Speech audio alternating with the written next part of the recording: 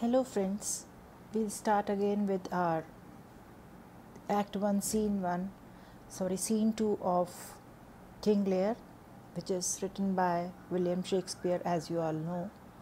So we were earlier in the scene when Edmund was talking to himself regarding his illegitimate birth and how he was born and what were the stars or the circumstances that were behind his birth. And in between this, when he was talking about this to himself, Edgar enters, and pat on cue he comes like the catastrophe of the old comedy. My cue is villainous melancholy, the sigh like a Tom Bedlam. Oh, these eclipses do portend these divisions. Fa sol lama. He says that, oh, you talk about the devil, and the devil is there. He comes here. Right on the cue means just at the right moment. My cue is villainous melancholy. He says, I have to play the role and to sigh like a poor beggar, because these eclipses have predicted such disorder in me. So in a way he just has changed the topic when Edgar enters. How now, brother Edmund? What serious contemplation are you in? So he is a bit concerned about Edmund, that what has happened to his brother. He says, what happened, Edmund? What are you thinking about so seriously? Edmund, I am thinking, brother, of a prediction. I read this other day. What should follow these eclipses? So he is very cunning and he just changes the subject subtly, and he says that I was just thinking about an astrologer who had predicted the other day that when these eclipses happen, something bad always happens. Maybe they are natural disasters or something bad in our lives, whatever. So he says that I had heard an astrologer predict the other day who was talking about the eclipses and what they mean in our lives. Edgar, do you busy yourself about that? He says, do you spend your valuable time in such stuff, or do you believe in all this? Edmund, I promise you the effects he writes of succeed unhappily. So Edmund says, I assure you that the things he has written about the eclipses are very bad and very wretched, as of unnaturalness between the child and the parent, death, dearth, dissolutions of ancient amenities, divisions in state, menaces and maledictions against king and nobles, needless diffidences, banishment of friends, dissipation of cohorts, nuptial breaches, and I know not that. He says that whatever he has written are so bad, they are like that there is a division between your parents, or division between the parent and the child, some deaths, famine, death means famine, dissolution of ancient amenities means amity is friendship.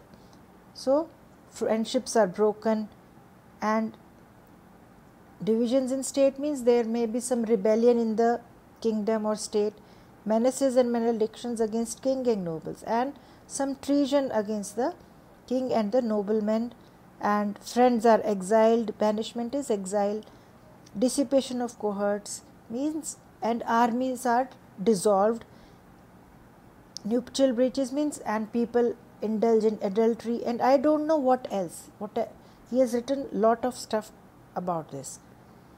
How long have you been a sectary astronomical? Sectary astronomical means how long have you been believing in astrology? Edmund, come, when saw you my father last?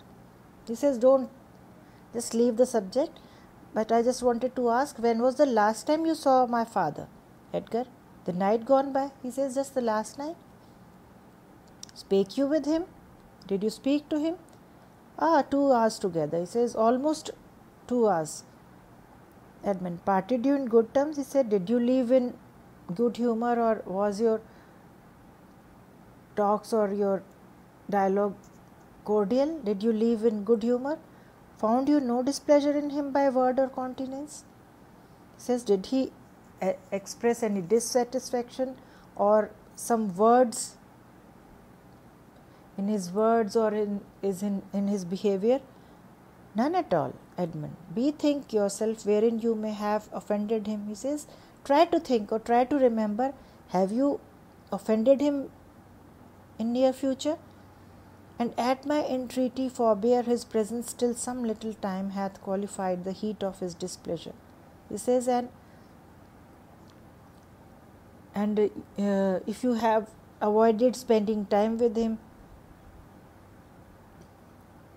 then he says, if you have done something bad, so try to avoid spending time with him so that his anger cools down,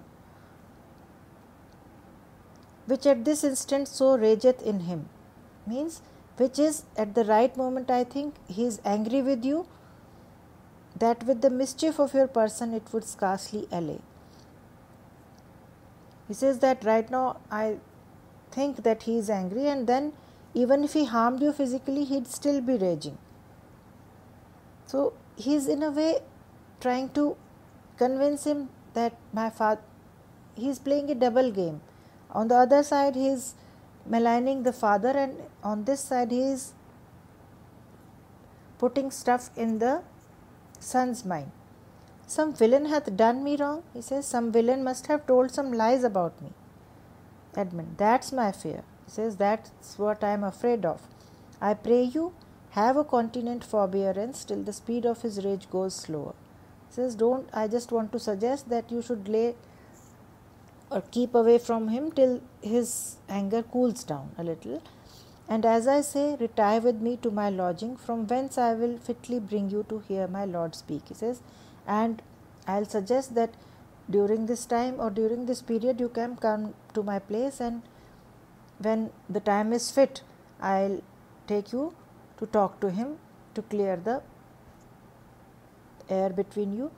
Pray ye go, there's my key. If you do stir abroad, go armed. He says, please now go from here. Here's the key, or here's the suggestion I can give you. If you go outside, keep yourself armed. Armed, brother? He says, armed? He's a bit surprised that why should I be armed? Should I be afraid of my father? Brother, I advise you to the best. He says that I am giving just a good advice to you. Go armed. I am no honest man if there be any good meaning towards you. He says, yes, I would be a liar if I will not suggest you or not advise you to be armed, because someone might hurt you. I have told you what I have seen and heard, but faintly, nothing like the image and horror of it. Pray you away. He says, I am just telling you what I have heard, but I have reduced it a little. I have spared you the full extent of the horror that I have seen or that is threatening you. So now you please go from here. Shall I hear from you anon? Anon means soon. Will I hear from you soon? I do serve you in this business. He says that I'll certainly help you in this regards. Exit Edgar. A credulous father and a brother noble. He says, what a gullible father. Means who can be, credulous means, excuse me, who can be manipulated. And a brother who is so innocent, whose nature is so far from doing harms that he suspects none, on whose foolish honesty my practices ride easy. He says, I am surrounded by such a gullible or father and such an honest or innocent brother who can't suspect what I am planning and that I am wanting to hurt them. Both of them are quite foolish, and this is what I need to my plan to work. I see the business, let me, if not by birth, have lands by wit. He says, if I am an illegitimate son. So because of my birth I cannot get what I wanted, because my birthright is not the same as that of Edgar. Then let me try being clever. All with me is meet that I can fashion fit. He says I can all fashion fit means I'll try all the tricks that can work good for me. And saying this, he exits from there.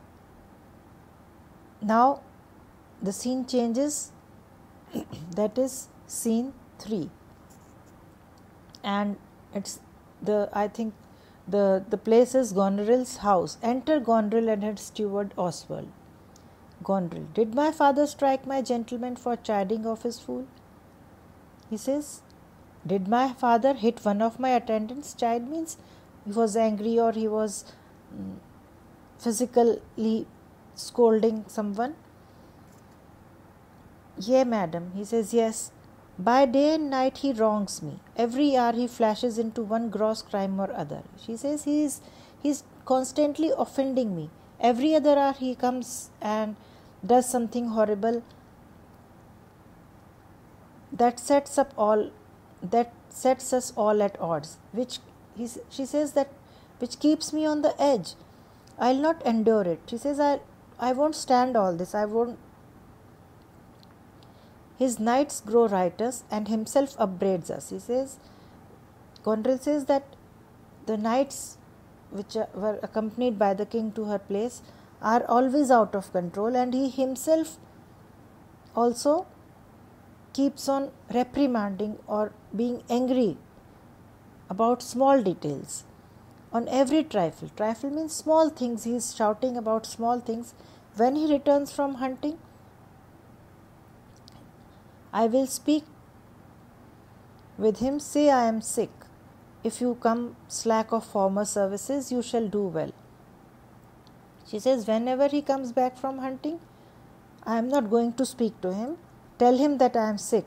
And she tells Oswald that if you are not as attentive in serving him as you used to be, that will be good. She says that don't try to be extra attentive or try to do something extra for him.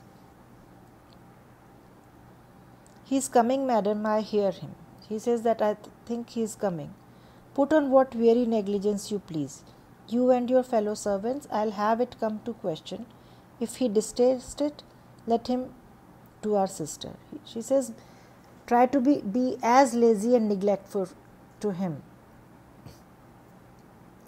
You and the other servants. I want it to become an issue so that he talks to me and I have an excuse to tell him to go to my sister's place. Whose mind and mine I know in that are one. She says that in this manner or this matter I know she feels the same about him that I do. Not to be overruled. Idle old man that still would manage those authorities that he had given away. She says that he is now a useless old man. Idle means he doesn't have any work and he thinks that he wants to command the same powers that he had already abdicated, what he has already given to us. Now by my life, old fools are babes again and must be used with checks as flatteries when they are seen abused. Remember what I have said. She says that old people become like children and they have to be treated like that. You can't just flatter them. So you have to discipline them when you see that they are misguided or when they are mistreating. Remember what I have told you. Yes, madam. So we'll start with the scene 1,